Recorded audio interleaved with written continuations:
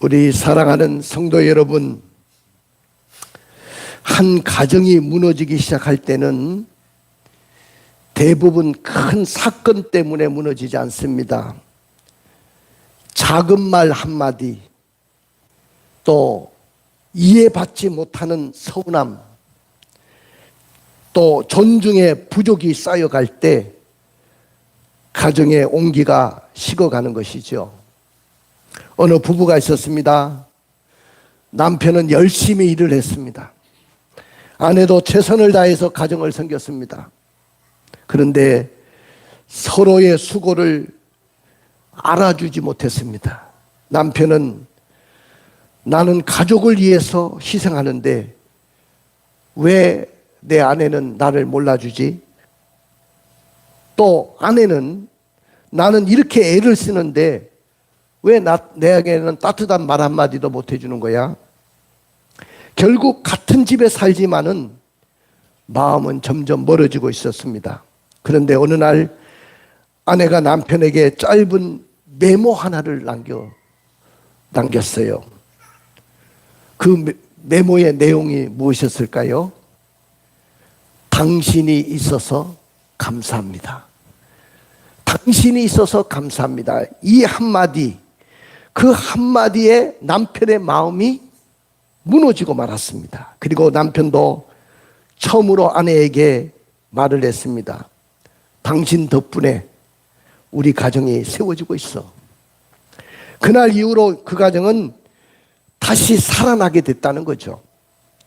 여러분, 가정을 살리는 힘은 거창한 것이 아니라 하나님의 말씀대로 살아가는 작은 순종에서 시작되는 줄로 믿습니다. 오늘 말씀의 제목은 순종하는 아내와 종기 여기는 남편입니다. 한번 따라해 봅시다. 순종하는 아내, 종기 여기는 남편. 오늘 이 베드로전서 3장을 통해서 행복한 가정의 영적 설계도를 우리에게 보여주고 있어요. 나는 오늘 여러분들이 굉장히 중요한 자리에 앉아 있다고 봅니다. 왜냐하면 세상에 무엇보다도 여러분들이 지켜내야 되고 소중하게 여겨야 되고 또 우리가 힘써야 되고 관심을 갖고 사랑해야 될 그 공동체가 무엇이냐면은 바로 가정입니다. 그래서 저는 행복한 가정의 영적 설계도를 보여드리려고 하는 것이죠. 신혼 시절에는 무슨 소리가 나느냐? 음식 만드는 지글지글 그런 소리가 나죠. 그냥 깨를 볶는다고 그러잖아요. 깨가 쏟아진다고 그러지 않았습니까? 신혼 시절에는 그 음식을 어떤 음식을 만들어 먹어도 너무 맛있어요. 그런데 이제 아기가 태어났습니다. 아기가 하나도 아니고 지금 우리 아기 엄마들은 거의 둘씩이잖아요. 이거 육아 전쟁입니다. 육아 전쟁. 요새 젊은 사람들이 아기를 낳지 않으려고 하는 이유 중에 하나는 뭐냐면 육아가 그만큼 힘들기 때문에 그렇다는 거죠. 그래서 아기를 낳으면 그냥 저절로 커지는 것이 아니기 때문에 그 아기 때문에 육아의 전쟁을 벌이고 분주한 시간을 보내게 되죠. 그래서 이제 한 10년쯤 이제 결혼 생활이 되면 이때부터는 한숨 소리가 가정에서 터져나오기 시작합니다. 가정은 거창한 사건이 아니라 작은 존중의 결핍으로부터 무너지는 것입니다. 오늘 우리는 우리의 가정을 한번 점검해 볼 수 있기를 주님의 이름으로 축복합니다. 자, 어떤 사람이 아름다운 화분에 담긴 꽃을 사왔어요. 꽃이 너무 아름다워서 항상 그 꽃을 바라보고 그 꽃에 관심을 갖기 시작하고 때가 되면 물도 주고 또 환기도 시켜주고 햇빛도 보게 만들어주고 굉장히 관심을 많이 가졌어요. 그런데 나중에 이 처음 그 꽃을 바라보던 마음이 자꾸 바뀌어지고 바빠가지고 물도 주지를 않고 환기도 시켜주지 않고 관심을 갖지를 못했습니다. 그런데 얼마 후에 보니까 꽃이 다 시들어 버린 것뿐만 아니고 그 잎사귀조차도 다 말라버리고 그리고 뿌리 자체도 썩어서 완전히 이제는 회복할 수 없는 단계까지 가게 됐습니다.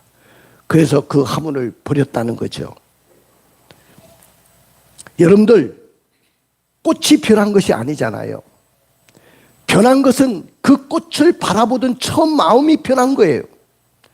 관심과 사랑과 배려가 없고 물도 주지 않고 관심도 쏟지 않는데 어떻게 그 꽃이 잘 자라기를 바라고 있습니까? 사랑은 저절로 유지되는 것이 아닙니다. 부부관계도 마찬가지예요. 처음 결혼을 하면 아내가 얼마나 이쁜지 몰라요. 제 눈에는 지금도 우리 아내가 너무 이쁜데 젊었을 때는 얼마나 이뻤을까요? 그런데 우리 집사람이 항상 저한테 불만이 뭐냐면은 당신은 나한테 이쁘다 소리 한 번도 왜 안 하느냐고. 그럼 우리 원래 저는 뭐 충청도 태생이지만은 경상도에서 자랐잖아요. 겉으로 표현하는 것을 잘 못해요.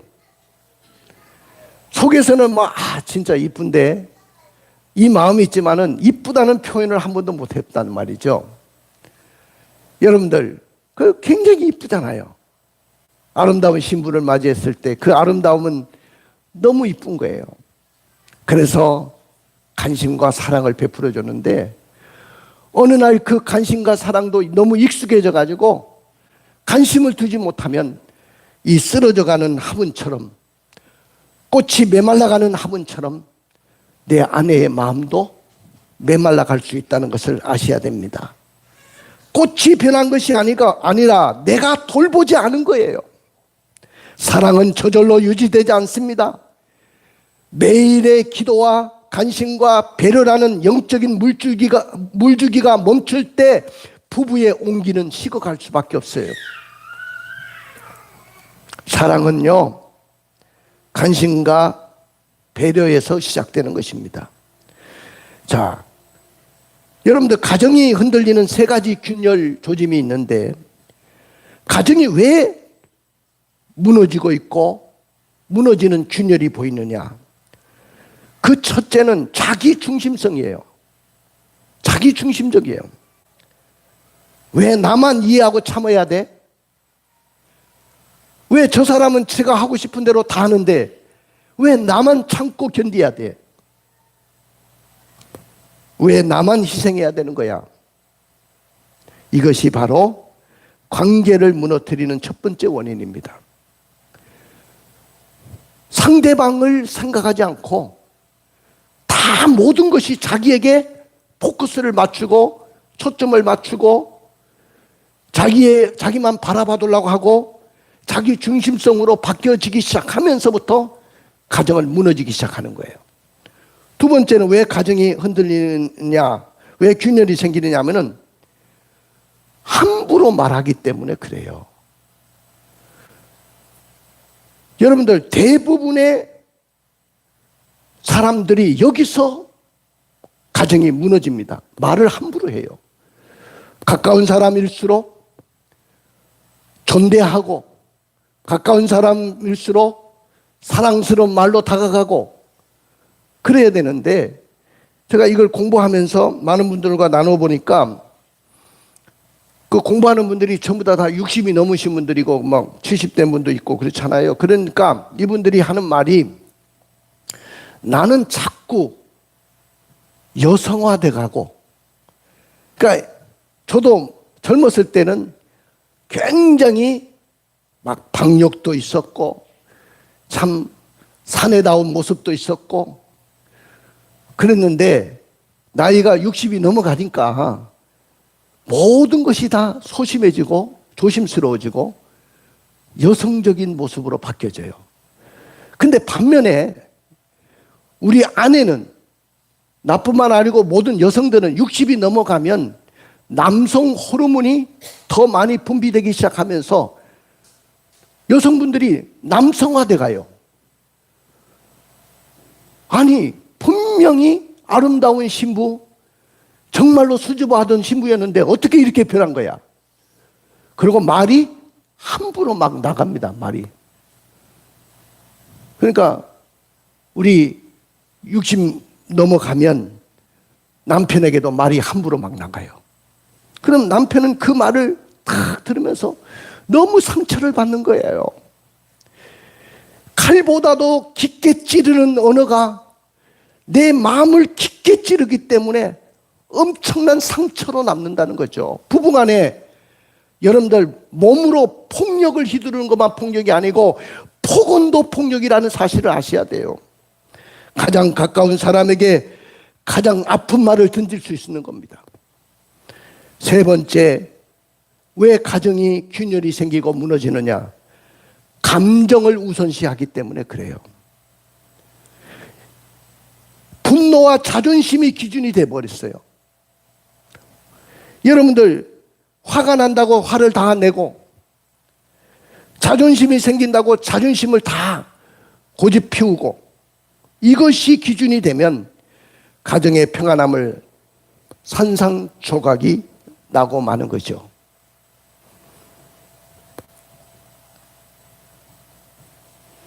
(1세기의) 로마 시대에 권위주의 시대 때 오늘 베드로 사도가 이 말씀을 기록한 거예요.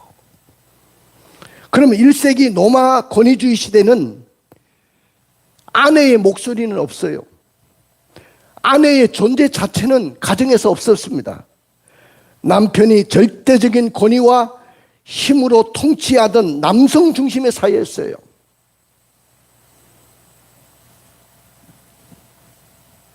그런데 오늘 베드로 사도가 그런 시대 속에서 하나님의 혁명적인 설계도를 내놓습니다. 그것이 오늘 본문의 말씀입니다. 힘이 아닌 성품을 통해서 아내의 영향력과 아내는 기계가 아닌 존귀한 자로 붙는 남편의 깊은 공감을 명령을 하셨어요. 그러니까 오늘 말씀의 제목처럼 순종하는 아내가 되고 그 마음을 더욱더 단장하는 아내가 되고 또 성품을 아름답게 다듬을 수 있는 아내가 되고 남편들은 아내를 더 연약한 그릇이라고 생각하고 존귀하게 여기는 남편이 되라고 명령하셨어요. 그 1세기에 그렇게 권위주의 시대 속에서 어떻게 이렇게 엄청난 메시지를 베드로 사도가 내놨는지는 모르죠. 그것은 오늘 우리에게도 꼭 필요한 말씀이기 때문인 줄로 믿습니다. 환경과 시대의 문화가 아닌 창조주의 본래의 설계도로 돌아가는 시간이 돼야 될 줄로 믿습니다. 나는 여러분의 가정이 너무너무 행복한 가정이 되기를 원합니다. 저는 다른 것은 몰라도 어릴 때부터 또 결혼하면서 제가 다짐한 것이 있습니다. 우리 가정만큼은 천국과 같은 가정을 만들어야지. 그래서 우리 가정에 자라나는 내 자녀만큼은 정말로 사랑을 받고 자라나고 또 그가 상처 없이 자라서 또 가정을 이루면 그 가정도 천국 같은 가정을 이루면 좋겠다. 저는 그런 마음으로 지금까지 살아왔습니다. 오늘 여러분들도 그런 마음으로 가정을 섬길 수 있기를 주님의 이름으로 축원을 드립니다. 자, 오늘 하나님이 가정을 살리는 길을 말씀하셨어요. 자, 아까 세 가지 가정의 균열 조짐이 보인다고 했죠? 그 세 가지가 뭐냐면 자기 중심성이고 말을 함부로 던지고 또 하나님보다도 감정을 앞세우고 그렇기 때문에 가정이 무너지기 시작하는데, 그럼에도 불구하고 하나님은 가정을 살리기를 원하시는데 살리는 길을 말씀하셨어요. 그래서 하나님이 말씀하시는 가정을 살리는 첫 번째 길이 뭐냐? 먼저 아내에게 말씀을 주셨어요. 그 아내에게 주신 말씀이 뭐냐 하면은, 아내를 부르신 목적은 순종을 위해서, 남편에게 순종하기 위해서 부르셨다는 거죠. 자, 우리 한번 말씀을 읽고 봅시다. 자, 한번 읽어봅시다. 베드로전서 3장 1절입니다. 아내들아, 이와 같이 자기 남편에게 순종하라. 이는 혹 말씀을 순종하지 않는 자라도 말로 말미암지 않고 그 아내의 행실로 말미암아 구원을 받게 하려 함이니. 오늘 아내들아, 이와 같이 자기 남편에게 뭐라고 해요? 순종해라. 따라 봅시다. 순종해라. 그런데 여러분들, 이 순종하라는 말을 하면 굉장히 오해를 많이 하는 분들이 있어요. 나도 말이야 한 인격체인데 왜 남편은 나에게 순종하지 않고, 왜 남편이라고 내가 맨날 순종하고 해야 돼?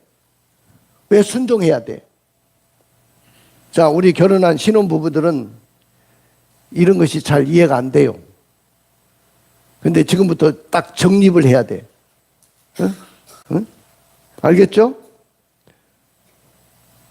우리 앞으로 결혼할, 알겠죠? 결혼할 우리 처녀도 내가 결혼하기 전에 어떤 생각을 가져야 되냐? 나는 순종하는 아내가 돼야 되겠구나. 이 마음을 가져야 돼요. 알았죠? 자, 그런데 순종하라는 말은 오해하면 안 돼요. 열등하다는 말도 아니고, 무조건적으로 복종하라는 말도 아니고, 자아의 어감을 가지라는 말도 아니고, 수동적인 패배도 이야기하는 말씀이 아니에요. 이 말씀은 하나님의 질서를 존중하는 자발적인 선택입니다. 하나님이 질서를 쫙 세워놨는데 그 최고의 우애는 하나님이고, 그 하나님이 우리 가정을 세우실 때 가정의 머리는 남편을 세워주셨다는 거죠. 그래서 가장이라고 하잖아요. 가장. 그러니까 그 하나님의 창조 질서를 존중하는 자발적인 선택이 바로 순종이 돼야 된다는 거죠. 무슨 잔소리가 아닌 강력한 성품으로 이끄는 리더십이 오늘 남편에게 있어야 된다는 거죠. 야, 오늘 목사님 말씀 들어보니까 순종하라고 했어. 왜 순종하지 않는 거야? 순종을 강요해서도 안 돼요. 그렇기 때문에 잔소리가 아닌 강력한 성품으로 그를 순종하도록 이끌어내야 됩니다.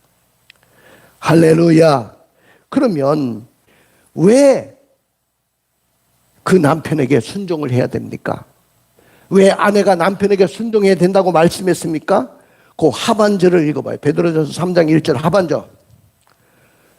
이는 혹 말씀을 순종하지 않는 자라도 말로 말미암지 않고 그 아내의 행실로 말미암아 구원을 받게 하려 함이니. 봐요. 혹 말씀을 순종하지 않는 자라도, 다시 말하면 예수 믿지 않는 남편일지라도, 예수 믿지 않는 남편이 있어요, 없어요?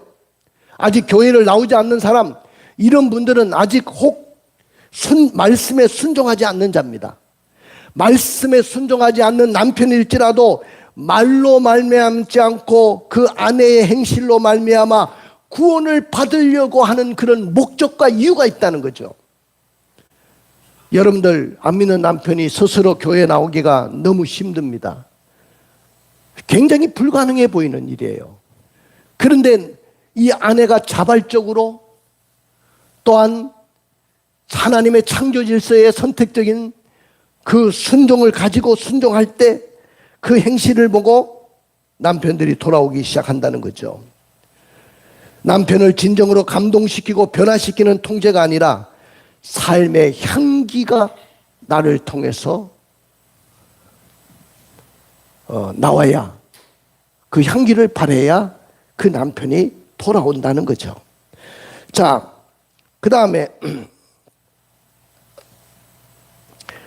두 번째 그 아내에게 하신 말씀 중에 하나가 뭐냐면은, 두 번째 하신 말씀이 뭐냐면은, 외모보다 내면을 단정해라. 여자들이 가장 신경을 많이 쓰는 것 중에 하나가 뭡니까? 우리 한번 읽어볼까요? 자, 베드로전서 3장 3절 읽어봅시다. 너희의 단장은 머리를 꾸미고 금을 차고 아름다운 옷을 입는 외모로 하지 말고. 여성분들이 아름답게 자신을 외모를 꾸미는 것, 이건 여성들에게 굉장히 특권이기도 하고 아름다움이기도 합니다. 그래서 여성들은 항상 외모에 신경을 써야 돼요.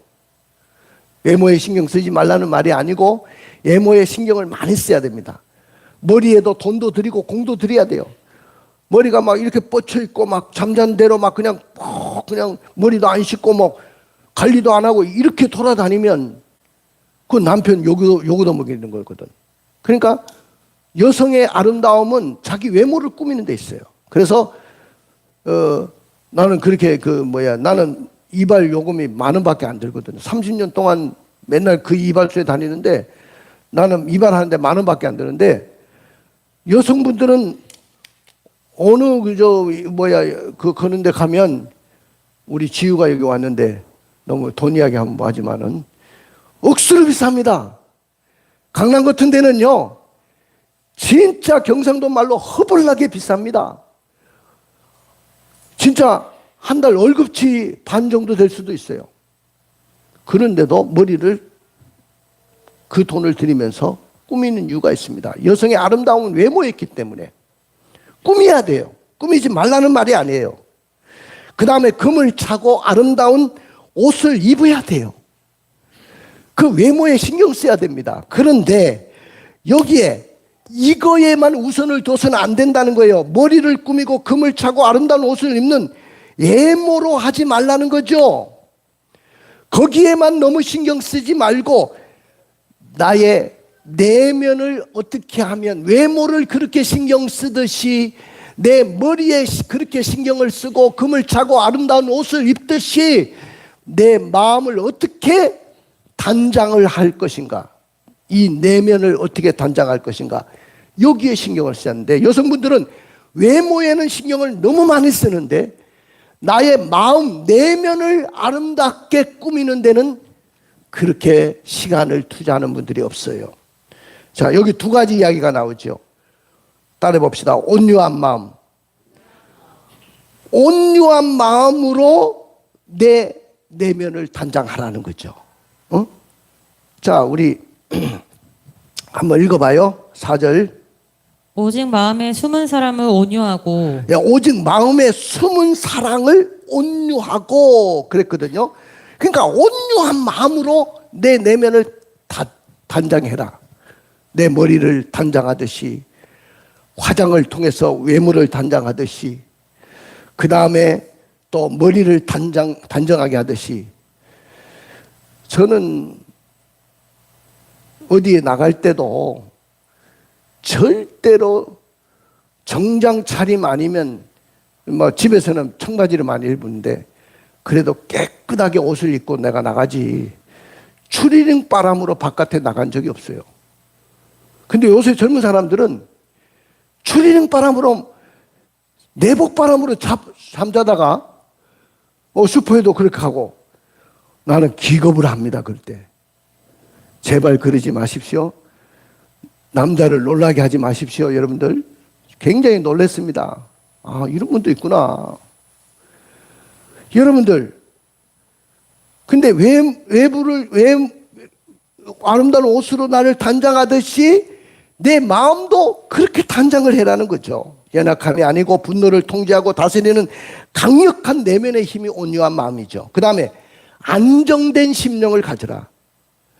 자, 여러분들 성경 또 읽어봅시다. 읽어봐요. 4절 하반절. 안정한 심령에 섞지 아니할 것으로 하라. 이는 하나님 앞에 값진 것이니라. 여기 안정한 심령에 썩지 아니할 것으로 해라. 이는 하나님 앞에서 뭐라고요? 값진 것이다. 값진 것이다. 그래서 값진 것이다. 자, 안정된 심령. 아내는요, 우리 내실에 있는 우리 아내들은 심령이 안정돼 있어야 돼. 이 아내가 마음이 안정되지 않으면 바깥에서 일하는 남편이 안정이 안 돼요. 항상 불안해요. 내 아내가, 집에 있는 아내가 시한폭탄과 같고 그냥 성격이 막 그냥 들쭉날쭉하고 막 변화무쌍하면 남편이 나가서 손에 일이 안 잡힌다니까요. 안정된 심령을 가지십시오. 제발. 폭풍 같은 환경이나 남편의 태도에 쉽게 폭발하지 않고 기도도 견뎌내는 흔들지 않는 믿음의 닻이 바로 안정된 심령입니다. 명품보다 값진 것은, 명품 옷보다 더 값진 것은, 명품 백보다 더 값진 것은, 명품 이 머리를 다듬은 것보다 더 값진 것은 평안한 영혼입니다. 이 거룩한 행실이 가정을 변화시키는 진짜 능력이 될 줄로 믿습니다. 할렐루야! 나는 오늘 여러분들이 그런 사람들이 되기를 주님의 이름으로 축복합니다. 그런데 야, 니네들만 그렇게 하라는 거 아니야. 베드로 사도가 그렇게 말합니다. 너희들만 그렇게 하라는 것이 아니고, 옛날에 보니까 하나님께 소망을 두었던 거룩한 부녀들도 이와 같이 남편에게 순종을 하고 자기를 단장했어. 누가 그랬냐? 사라를 이야기합니다. 읽어볼까요? 전에 하나님께 소망을 두었던 거룩한 부녀들도 이와 같이 자기 남편에게 순종함으로 자기를 단장하였나니, 사라가 아브라함을 주라 칭하여 순종한 것 같이 너희는 선을 행하고 아무 두려운 일에도 놀라지 아니하면 그의 딸이 된 것이니라. 자, 전에도 보니까 하나님의 소망을 두었던 거룩한 부녀들도 이와 같이 남편에게 순종도 하고 자기를 단장했다. 숨은 심령으로, 온유한 심령으로 자기를 단장했어. 그리고 그분이 누구냐? 사라인데, 사라는 자기 남편 아브라함을 부를 때 주인이라고 불렀어. 주인. 마치 자기가 하녀인 것처럼 주인님이라고 불렀다는 거죠. 그러면서 순종하는 것 같이 너희는 선을 행하고 아무 두려운 일에도 놀라지 아니하면 그의 딸이 될 것이다. 그 다음에 두 번째, 여성분들만 이야기하니까 좀 그렇잖아요. 우리 남자분들 잘 들으셔야 돼요. 남자분들. 저를 비롯해서 우리 남자분들, 또 이 방송을 듣는 남자분들 다 들으시기를 주님의 이름으로 축복합니다. 남편을 부르신 이유가 있어요. 자, 오늘 남편들에게 하나님이 무슨 말씀하셨는지 읽어볼까요? 7절을 읽어보겠습니다. 남편들아, 이와 같이 지식을 따라 너희 아내와 동거하고 그를 더욱 연약한 그릇이요 또 생명의 은혜를 함께 이어받을 자로 알아 귀히 여기라. 이는 너희 기도가 막히지 아니하게 하렴이라. 오늘 첫 번째 남편들에게 하신 말씀이 뭐냐? 따라해 봅시다. 지식을 따라 동거하라. 자, 아내와 동거를 하되, 한 집에 살잖아요. 그게 동거예요. 아내와 함께 동거를 하되, 한 집에 살되 어떻게 동거해라? 지식을 따라 동거해라.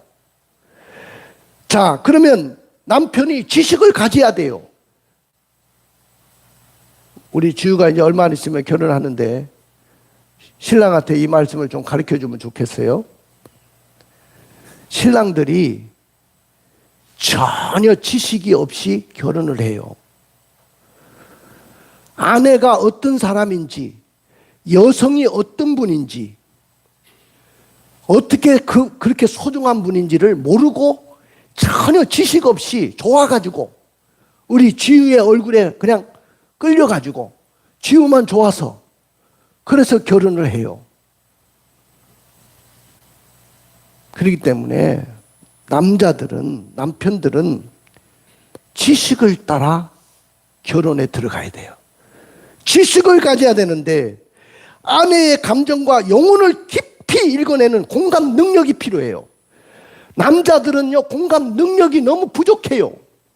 저부터 시작해서 저도 이 지식이 없어서 아내에게 맨날 당할 때가 많거든요.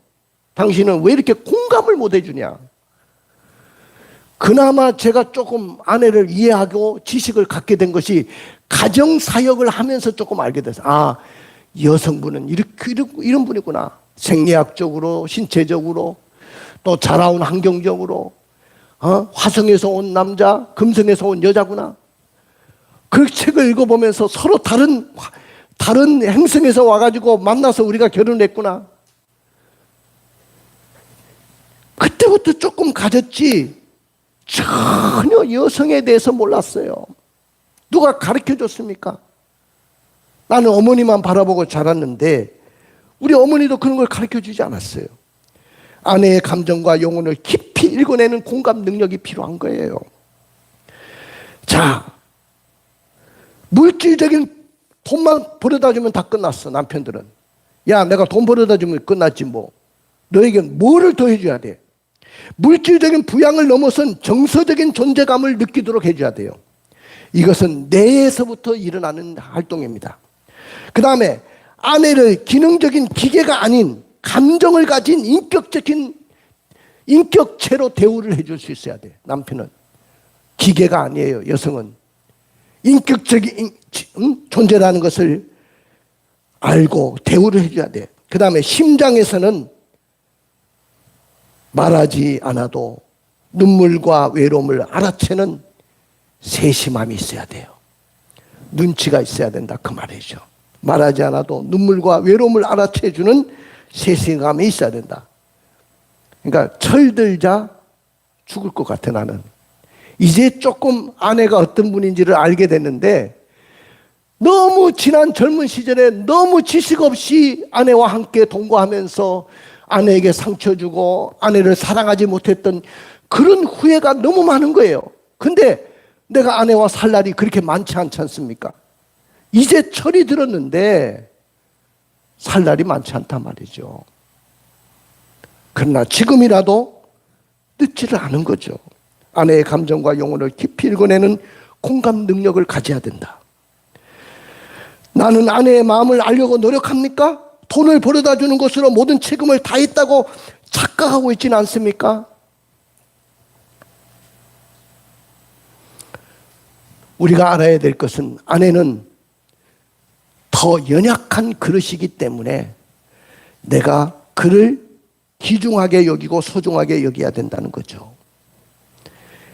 여러분들, 아내를 연약한 그릇이라는 그런 표현을 한 구절이 여기밖에 없는데, 자, 아내는 이 그릇 것 같아요. 이걸 내가 함부로 다루면, 특별히 이제 유리잔이라든지 유리 그릇은 함부로 다룬다가는 깨지면 엄청난 소리도 나지만은 회복할 수가 없어요. 아내는 더 연약한 그릇이라는 거죠. 연약하다는 말은 가치가 없다는 말이 아니고 높은 가치 플러스 세심한 보호가 필요하다는 거예요. 높은 가치가 있는 분인데 그분을 정말로 세심하게, 이 유리잔이 깨지지 않도록 세심하게 다루는 것처럼 다뤄야 된다는 거예요. 아내를 이렇게 세심하게 다뤄줘야 된다는 거죠. 세심하게 다루는 남편이 있습니까? 너무 거칠게 다뤄요. 여성을 너무 모르는 거죠. 저는 우리 집에 아들밖에 없었는데 딸이 하나 시집 오니까 그 딸을 보면서, 며느리지만은 딸이거든요. 아, 여성은 이런 존재구나. 어떨 때는 깜짝 놀라기도 하고 어떨 때는 신기하기도 하고, 아, 딸은 이렇게 소중한 거구나. 그 며느리가 시집 와가지고 우리 가정을 완전히 분위기를 바꿔놓고 밝게 바꿔놓고 그 날마다 행복함을 안겨주고, 그런데 그 며느리의 그 섬세함을 신랑도 보여야 되고 시아버지도 볼 수 있어야 돼요. 연약한 그릇이라는 거죠. 유리잔은 흠집나고 깨어지기 쉽기 때문에 가장 조심스럽고 부드럽게 다뤄줘야 되는 거죠. 남편의 거친 말 한마디는 아내의 마음에 오래 남는 상처를 냅니다. 아내는 종이 아닙니다. 생명의 은혜를 함께 이어받을 통역자입니다. 힘으로 다스리지 말고 사랑으로 품어주시기 바랍니다. 저는 며느리를 대할 때도 아까도 얘기했지만 며느리로 대하지 않았어요.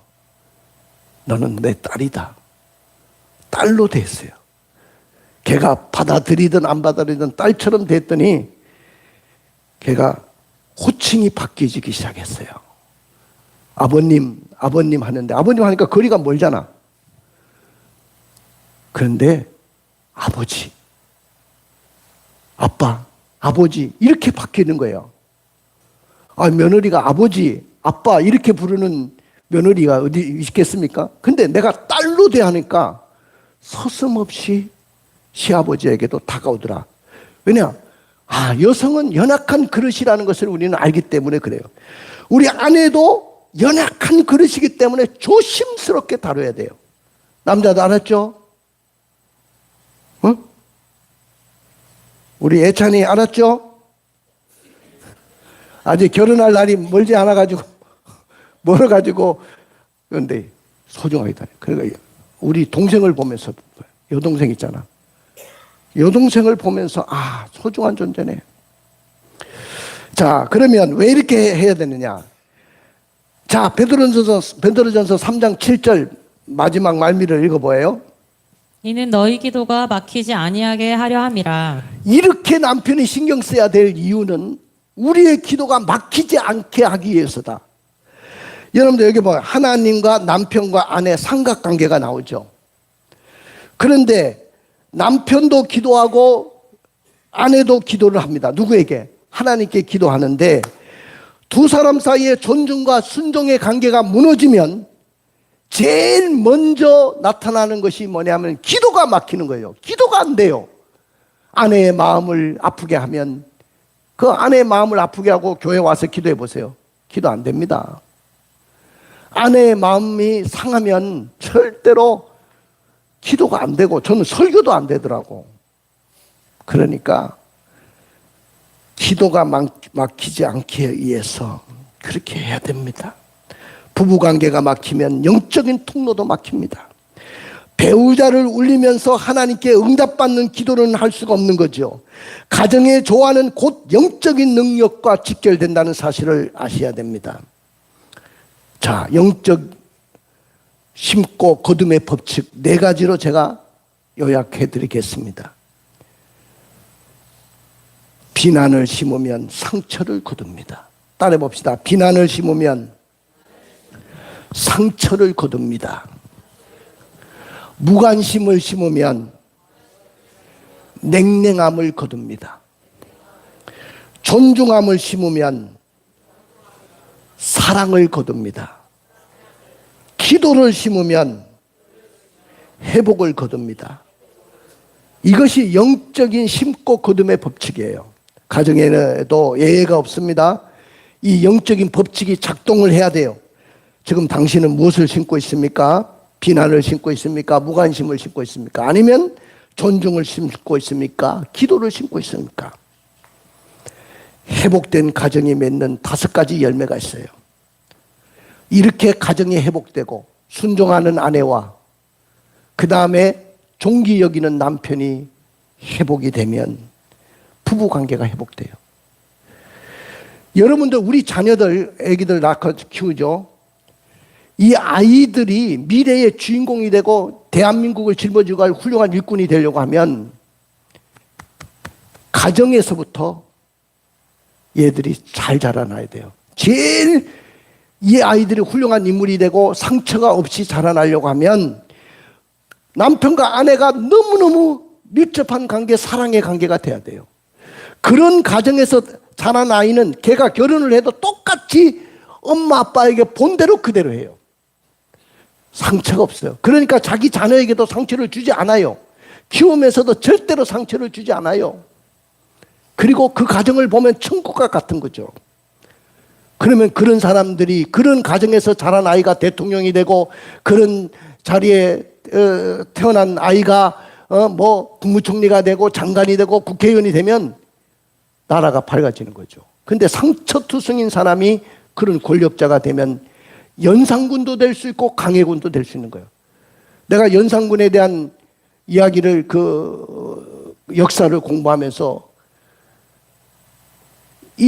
왜 연산군이 태어났냐면은 인수대비라는 시어머니가 자기 며느리인 윤씨, 패비 윤씨죠. 사약을 내려가지고 죽였습니다. 얘가 왕이 되니까, 상처투성이가 왕이 되니까 완전히 광란의 도가니가 되는 거죠. 나라를 완전히 말아먹고 사람들을 얼마나 죽이고 결국 왕의 자리에서도 쫓겨났잖아요. 그게 연산군입니다. 그러니까 부부 관계가 회복되는 거죠. 부부 관계가 되면 가정이 살롬의 가정, 또 자녀의 안정감을 누리게 되고 기도의 생명력을 키우게 되고 불신의 가정일지라도 변화가 되는 거죠. 회복을 위한 4가지 미세한 습관이 있어요. 따뜻한 말 한마디, 먼저 사과하려는 태도, 먼저 기도하려는 믿음, 이해하려는 태도, 이것만 있으면 돼요. 따뜻한 말 한마디, 먼저 사과하는 마음, 먼저 기도하는 믿음, 이해하려는 태도가 여러분들에게 있기를 주님의 이름으로 축복합니다. 상대가 먼저 변하기를 기다리지 마시길 바랍니다. 내가 먼저 바뀌면 돼요.